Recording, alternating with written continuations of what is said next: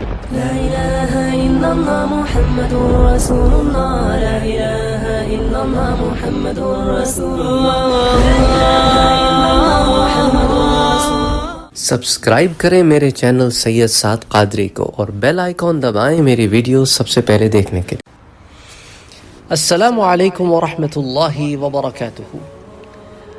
حضرت محمد مصطفیٰ صلی اللہ علیہ وآلہ وسلم کی امت کو اللہ تعالیٰ نے بہت شرف سے نوازا ہے اور ہمارے لیے کچھ ایسی آسانیاں پیدا کی ہیں جو پچھلی امتوں کے لیے نہیں تھیں. اس ضمن میں چند ایک روایات میں آج آپ کے ساتھ شیئر کرنا چاہتا ہوں.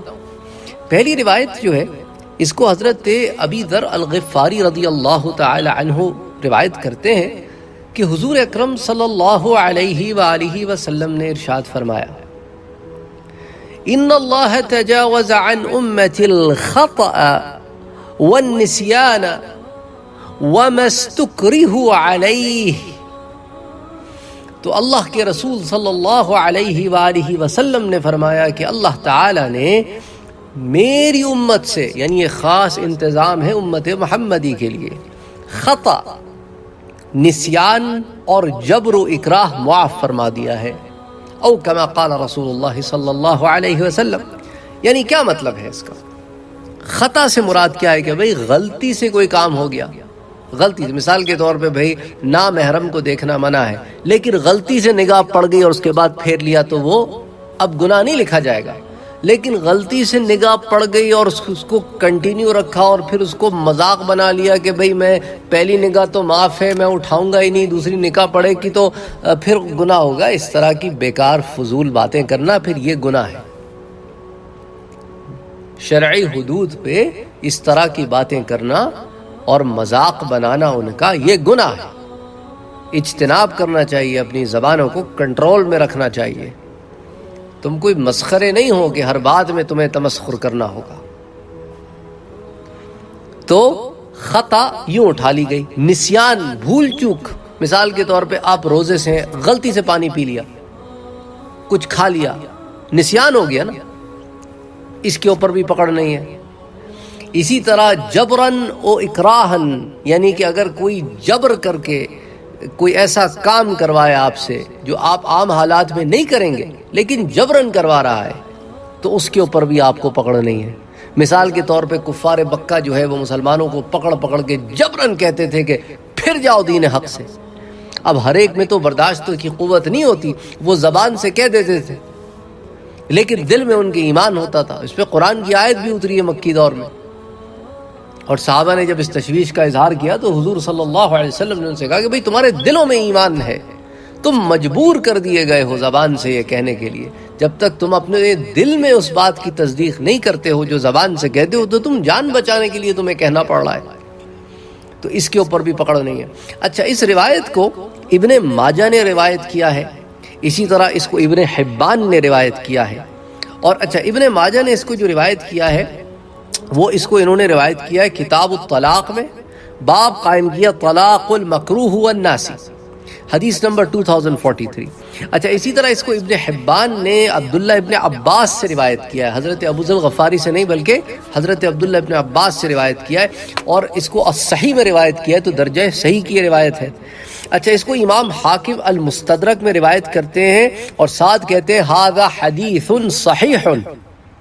اچھا، امام ابن حبان نے تو اس کو حدیث نمبر 7219 کے تحت اپنی صحیح میں روایت کیا اور امام حاکم نے اس کو حدیث 2801 کے تحت. علاوہ ازیں اس کو امام دار قطنی نے سنن میں روایت کیا ہے، ابن ابی شیبہ نے المصنف میں روایت کیا ہے، اسی طرح اس کو عبد الرزاق نے المصنف میں روایت کیا ہے، اسی طرح اس کو الطحاوی نے شرع المعانی الآثار میں روایت کیا ہے، امام بہقی سنن الکبریٰ میں لاتے ہیں، امام طبرانی نے المعجم الصغیر میں روایت کیا ہے اور پھر معجم الاوسط میں بھی لائے ہیں اور پھر معجم الکبیر میں بھی لاتے ہیں. اسی طرح یہ مسند الشامین میں بھی آتا ہے. کئی حدیث کی کتابوں میں یہ روایت کثرت سے موجود ہے اور یہ درجہ صحیح کی روایت ہے. اچھا، ایک اور روایت آپ کے سامنے پیش کرتا ہوں، یہ بھی درجہ صحیح کی روایت ہے. حضرت ابو ہریرہ رضی اللہ تعالیٰ عنہ اس کے راوی ہیں، روایت کرتے ہیں کہ حضور اکرم صلی اللہ علیہ وآلہ وسلم نے ارشاد فرمایا کہ ان اللہ عز وجل تجاوز لأمتي عما حدثت به أنفسها ما لم تعمل أو تكلم به. اب یہ جو ہے نا بہت خوبصورت بات ہے ان لوگوں کے لیے جن کے دلوں میں شدید وسوسے آتے ہیں، الٹے سیدھے خیالات آتے ہیں، بڑے پریشان ہیں. یعنی ہر ایک دو دن کے بعد ایسے کامنٹ چینل پر سوشل میڈیا پر ملتے ہیں، لوگ پوچھتے ہیں جی حضرت یہ مسئلہ ہو گیا، وہ مسئلہ ہو گیا، ذہن میں وسوسہ، ذہن میں خیال آ رہا ہے، سمجھ نہیں آتا، بڑا پریشان ہوں، اور شدید خیال آتے ہیں، ایسے خیال آتے ہیں کہ میں تو بڑا پریشان ہو گیا ہوں، سمجھ نہیں آتا میں مسلمان رہا بھی کہ نہیں رہا. تو حضرت ابو ہریرہ کی یہ روایت جو ہے درجہ صحیح کی روایت ہے. اس میں اللہ تعالیٰ نے حضور نے فرمایا کہ اللہ تعالیٰ نے میری امت سے ان کی دل کی باتوں یعنی ان کے وسوسوں اور خیالات کو معاف فرما دیا ہے، جب تک وہ اس پر عمل نہ کرے یا زبان سے نہ کہے. ٹھیک ہے، عمل نہ کرے اور زبان سے نہ کہے. تو اب دلوں میں یہ جو الٹے سیدھے خیالات آتے ہیں نا، یہ شیطان وسوسے ڈالتا ہے، کیونکہ تمہارے دل میں ایمان ہے تو وہ تم سے کھیلتا ہے، اور تم کھیلنے نہیں دیتے اس کو، تم عمل نہیں کرتے اس کے وسوسوں پہ، تم زبان سے نہیں کہتے ان وسوسوں کو، تو وہ بڑا پریشان ہوتا ہے. اچھا، اب زبان سے جو کہتے ہیں اس پہ بھی علماء نے بڑی حد لگائی. انہوں نے کہا بھی دیکھیں بعض لوگ پھر مجبور کر دیے جاتے ہیں زبان سے کہنے کے لیے، ان کے اوپر بھی پکڑنی ہے جو پچھلی روایت آئی ہے. پچھلی روایت بھی تو میں ساری روایتیں آپ نے اپنے سامنے رکھنی ہوتی ہے نا، ایسا نہیں کہ ایک روایت لے لی اور باقی چھوڑ دی. یہی لوگوں کو دھوکہ لگتا ہے، یہی مغالطہ لگتا ہے، یہی غلطی کرتے ہیں، یہی ٹھوکر کھاتے ہیں کہ بھئی ایک روایت پڑھی، ایک حدیث پڑھی، نہ آگا پڑھتا نہ پیچھا پتا، اور جا کے جناب فتوے دے دیے. تو اس لیے علماء کہتے ہیں کہ مجبور بھی نہ کیا گیا ہو، پاگل بھی نہ ہو، دیوانہ بھی نہ ہو، بے ہوش بھی نہ ہو، دوائیاں پلا کے بے ہوش کر کے نیم اس میں کر کے آپ سے کچھ بھی اگلوا لے، نہیں، ایسا بھی نہیں ہے. کوئی انسان کو ان کلمات کو کہنے سے کفر کی حد اس پر اس وقت لگے گی جب وہ کفریہ کلمات قصداً جان بوجھ کر ہوش و حواس میں عقل سلیم کے ساتھ ارادتاً جو کہہ رہا ہے اس کو مانتا بھی ہے دل میں، تو پھر کفر ثابت ہو گیا. ٹھیک ہے، تو اللہ تعالیٰ کا کتنا احسان ہے. اچھا، یہ جو روایت آپ کے سامنے ابھی ذکر کیے اسے امام مسلم صحیح میں روایت کرتے ہیں اور کتاب الایمان میں لاتے ہیں. اس سے آپ اندازہ کریں امام مسلم کا اس ضمن میں کیا خوبصورت عقیدہ ہے کہ اس کو عقیدے کے ضمن میں، ایمان کے ضمن میں لاتے.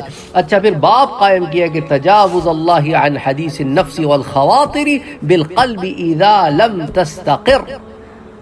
ٹھیک ہے، یہ جو نفس کے اندر آپ کی حدیث ہوتی ہے، نفس کے اندر حدیث سے مراد ہے نفس کا کلام.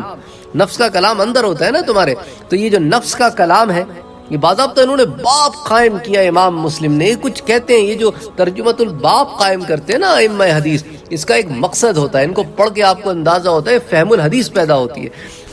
اچھا، تو انہوں نے باضابطہ جو باب قائم کیا ہے کہ نفس کی حدیث اور خواطر القلب یعنی دل میں ایسے خیالات کا ابھرنا، رمق پیدا ہونا، لیکن پھر یہ ایسے خیالات ہیں کہ جو حد سے تجاوز کرنے والے اللہ اور اس کے رسول کے معاملے میں، لیکن ان کے اوپر پھر مؤاخذہ نہیں ہے.